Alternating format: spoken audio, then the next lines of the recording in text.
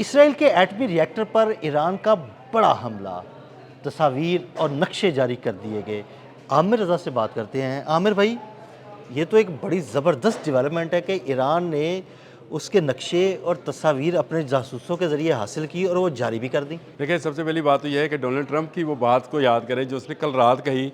उसने कहा हमारी इंटेलिजेंस जो है वो ईरान उसका मुकाबला नहीं कर सकता, और ईरान जो है उसको हमने इंटेलिजेंस के ज़रिए ही हमला किया, जिसके नतीजे में वहाँ के सुप्रीम लीडर जो हैं अली ख़ामनेई, अब वो शहीद हो गए।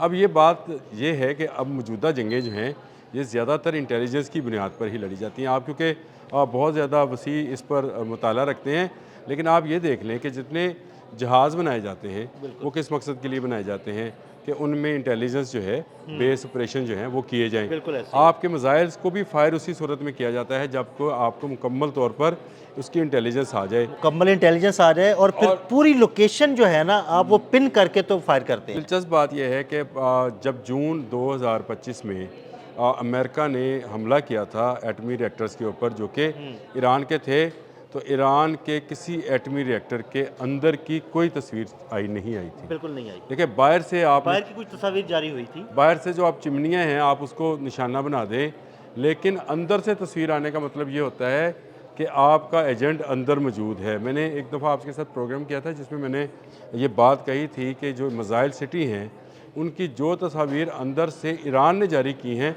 वही तस्वीर हैं, इसके अलावा किसी के पास कोई इसकी तस्वीर नहीं है। उसकी सैटेलाइट इमेजिंग भी नहीं है कि ये सुरंगें जो हैं कहाँ पर मौजूद हैं।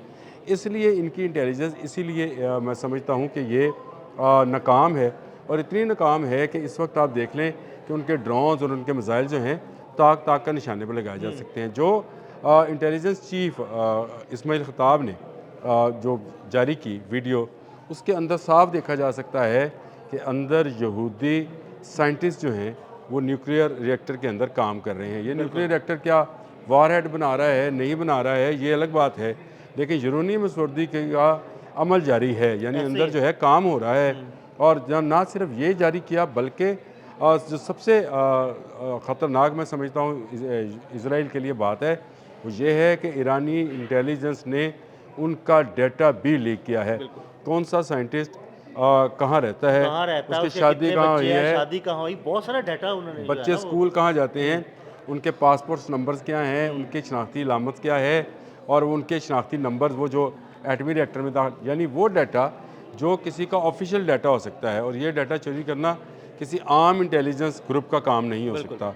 ये तो बिल्कुल ऐसे ही है कि जैसे आप किसी के घर में दाखिल होकर आप तरतीब से चीज़ों को लिखवा रहे हो कि यहाँ इस घर में 2 बेडरूम हैं, एक वॉशरूम है और इतने किचन है। इस तरह बिल्कुल ये बिल्कुल इसी तरह की ईरानी इंटेलिजेंस जो है उसने वो कमाल कर दिखाया है। और मैं ये समझता हूँ कि इस वक्त जो सबसे बड़ा ख़तरा है वो ईरान की जानिब से न्यूक्लियर हेड्स पर जो फेंका जाएगा जो कि इसराइल में मौजूद हैं। वो न्यूक्लियर रिएक्टर्स जो हैं, हेड में कहा गया न्यूक्लियर रिएक्टर्स जो हैं उनको अब ख़तरा है। अगर अमेरिका और ईरान ने ईरानी न्यूक्लियर रिएक्टर्स पर हमला किया तो इसका जवाब इसराइल में मौजूद न्यूक्लियर रिएक्टर पर दिया जाएगा। ये बात वाज़ह करती है कि ईरान की इंटेलिजेंस और ईरान की दिफाई क़ुव्वत वो बहुत ज़्यादा है। उसको सिर्फ जो है मिस कैलकुलेट कर गए, और मिस कैलकुलेशन का मामला अगर कहें तो कुछ गलती ईरान की तरफ से हुई। आप और मैं जब बात कर रहे थे कैमरे के सामने तो नहीं, लेकिन जब आप और मैं बात कर रहे थे तो हमने कहा कि यार मिस कैलकुलेशन है। हम भी कह रहे थे मुज़ाकरात धोखा है, लेकिन इसके बावजूद देखिए ना, मुज़ाकरात एक धोखा है, अमेरिका हमला करेगा। आप पिछले 15 दिन से ये कह रहे हैं, और कह रहा हूं, और अगर आप ये बता कह रहा रहे हैं तो ईरानी क़यादत को इस चीज़ का इदराक नहीं हुआ। देखिए, मैं तो डेट भी बता रहा था, मैं तो ये भी बता रहा था कि जलालाबाद फोर्ट कब पहुँचेगा और कब हमला हो जाएगा। देखिए, ईरानी जो लोग हैं क्योंकि ये वो पकीज़ा रूहें हैं जो कि इस वक्त वहाँ की सरबराही कर रहे हैं, उनके जहन में शायद ये था कि दुनिया का अमन जो है वो बरकरार रहेगा, और शायद अमेरिका इतनी बड़ी हमाकत नहीं करेगा कि वो इतनी बड़ी भाई, वो हमाकत क्या, वो दुनिया का अमन तो बरकरार रहने देना ही नहीं है। ना अमेरिका ने रहने देना, ना इसराइल ने रहने देना, ना भारत ने रहने देना। देखिए, पहली बात यह है कि अमेरिका जो है वो जिस इरादे से आया था वो एक सुपर पावर था, और उसका वापस जाना जो है उसकी नाकामी थी। इस नाकामी को वो किसी सूरत बर्दाश्त नहीं कर सकता था। ईरानी इसको शायद मिसकैलकुलेट कर गया और इस मिसकैलकुलेशन का नतीजा ये निकला कि आज पूरी ईरानी कौम जो है वो एक ऐसे रहनुमा से महरूम हो गई जो कि उनकी लीड कर रहा था और बड़ी ज़रूरतमंदाना अंदाज से कर रहा था। चलें, लेकिन शहादत उनको चाहिए थी, शहादत वो मांग भी रहे थे। अल्लाह पाक ने उनको शहादत का रुतबा नसीब भी फरमा दिया।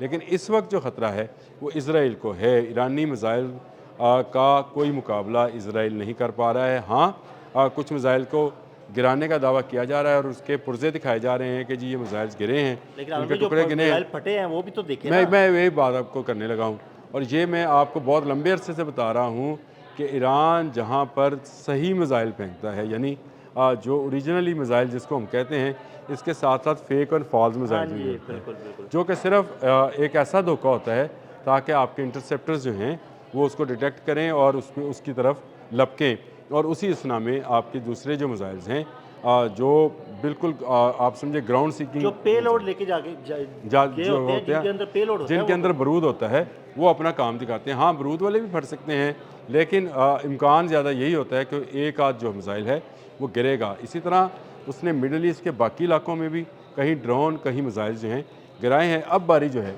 इसराइली न्यूक्लियर रिएक्टर की है। इसराइल कहता है कि मैं न्यूक्लियर पावर नहीं हूँ, लेकिन अनडिक्लेयर्ड न्यूक्लियर पावर हम पहले हाँ दिन जी, से और कह रहे हैं। उसने जो वीडियोस जारी की हैं उसमें साबित हो रहा है कि वो यूरेनियम की और आलूदगी कर रहा है। और ये जो चीज़ है, ये मैं समझता हूँ कि ईरान के लिए बड़ी ताकत का बायस है कि ईरान के पास सारी इंटेलिजेंस मौजूद है। ईरान के पास उसके न्यूक्लियर रिएक्टर के मतलब वो तमाम मालूमात जो दरकार होती हैं वो मौजूद हैं और ईरान एक ऐसा बड़ा हमला करेगा कि इसराइल को हमेशा के लिए न्यूक्लियर पावर नहीं रहने देगा। लेकिन कहा जा रहा था कि ईरान न्यूक्लियर पावर नहीं रहेगा। कहाँ मैं आपको ये बता रहा हूँ कि इसराइल भी न्यूक्लियर पावर नहीं रहेगा। इसराइल ने शायद ये नहीं समझा कि ईरानी इंटेलिजेंस जो है वो बहुत तेज़ है और ईरान में भी ऐसे लोग मौजूद हैं जो कि इसराइल के साथ जो हैं राब्ते में है। इसी बिना पर उन्होंने हमला भी किया जिस तरह से इंटेलिजेंस की। तो क्या ईरानी लोग इसराइल के अंदर मौजूद नहीं होंगे, यानी ईरान के लिए हुए लोग जो उसके लिए इंटेलिजेंस का काम कर रहे होंगे वो भी मौजूद हैं और वही पल पल की खबर दे। देखिए, आपने और मैंने हमने अभी कुछ देर पहले एक व्लॉग किया जिसमें मैंने कहा कि वजारत दिफा की बिल्डिंग को ताक कर उस जगह का निशाना बनाया गया जिस बिल्डिंग के जिस फ्लोर के ऊपर वो मीटिंग रूम था और मीटिंग रूम था, वहाँ पे मीटिंग जारी थी। अच्छा, फिर दुबई में जो मैंने आपसे कहा अमेरिका की एक बिल्डिंग थी, बिल्डिंग को उसको निशाना बनाया। उसके मतलब अब रिपोर्ट आ गई है, लेकिन उस पर अलग से मैं व्लॉग करता हूँ कि वो क्या था, क्यों उसको निशाना बनाया गया। ये दुबई को निशाना नहीं बनाया जा रहा, ये बात समझ जाएं। ये जिस मुल्क में जा रहे हैं, यानी बहरीन में 5th फ्लीट क्यों निशाना बनाया गया है, बहरीन को निशाना नहीं बनाया गया। जब आप किसी जगह पर कोई अड्डा बनाते हैं तो वो टेरिटरी उस मुल्क की है जिसका अड्डा है।